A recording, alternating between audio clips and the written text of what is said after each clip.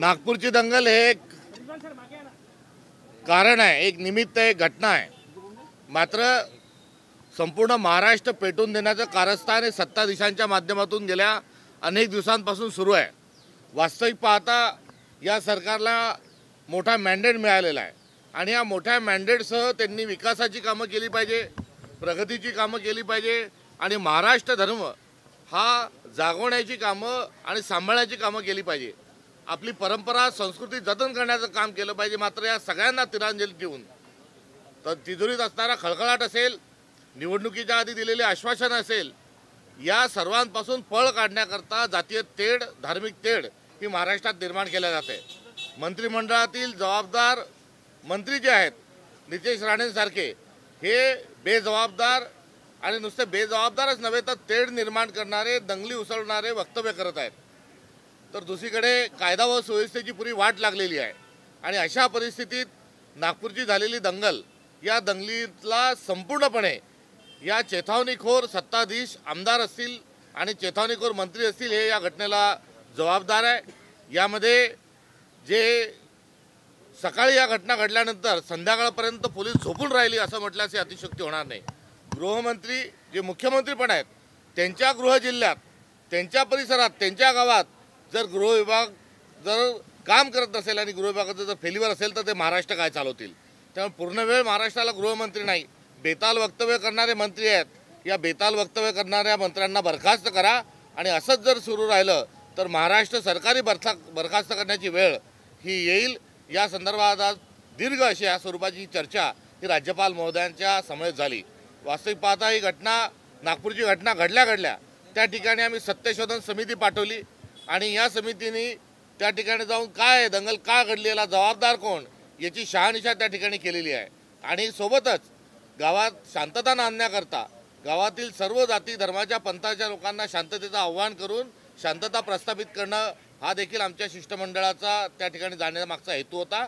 आणि आमचं शिष्टमंडळ ज्या दिवशी त्या ठिकाणी गेलं, त्या ठिकाणी गेल्यानंतर त्या गावातील जी संचारबंदी होती ही उठवण्यात आली आणि त्या आमच्या शिष्टमंडळाच्या पार्श्वभूमीवर गावामध्ये शांतता निर्माण झाली.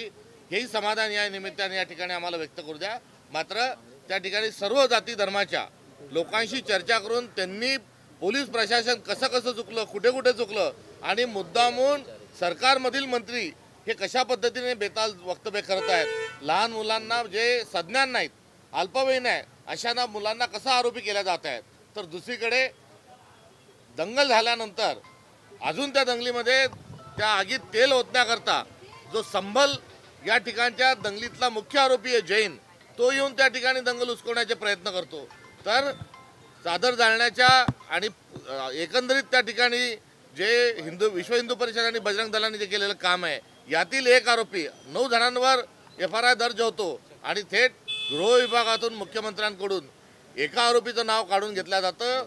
हा जो त्यामागचा एकंदरीत कारभार आहे, या कारभाराच्या संदर्भातही आम्ही राज्यपाल महोदयांना त्या ठिकाणी तक्रार केलेली आहे आणि राज्यपालांनी नागपूर या ठिकाणी येत्या 3-4 दिवसात नागपूर मुक्कामी सर्व अधिकारी आणि प्रशासनाशी चर्चा करून शांतता प्रस्थापित करण्याच्या आणि जे ज्या ठिकाणी चुका झाल्या त्यांना समज देण्याच्या अनुषंगानं या ठिकाणी आम्हाला आश्वस्त केलं आहे.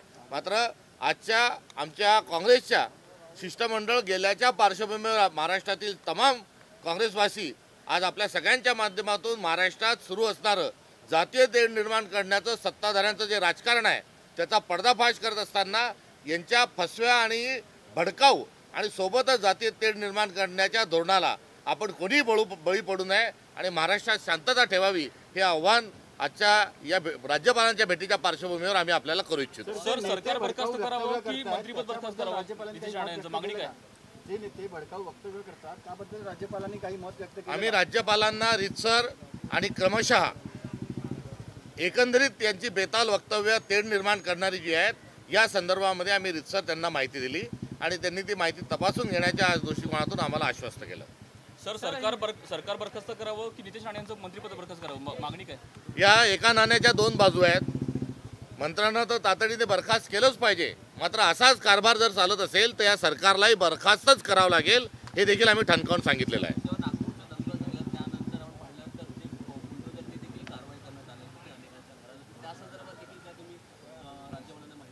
कायद्याचं राज्य आहे का हम करे सो कायदा या स्वरूपाचं राज्य आहे, हा एक प्रश्न निर्माण होतोय. आणि बुलडोजर असेल, त्यानंतर घई या स्वातंत्र्य संग्राम सेनानीचा स्टुडिओ तोडून टाकण्याचं असेल, हे सर्व जे आहे हे महाराष्ट्राचा तालिबान करायला निघालेले सरकार आहे असं त्यांच्या कृतीतून हे स्पष्ट होतं आहे. त्यामुळे हे सरकार तालिबानी वृत्तीचं सरकार आहे आणि महाराष्ट्राचा यांना तालिबान करायचं आहे हे या सर्व घटनांच्या माध्यमातून स्पष्ट होतं आहे.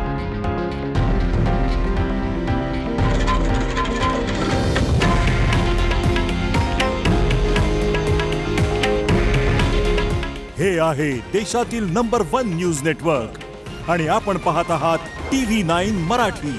काळजी तुमची, हित महाराष्ट्राचं.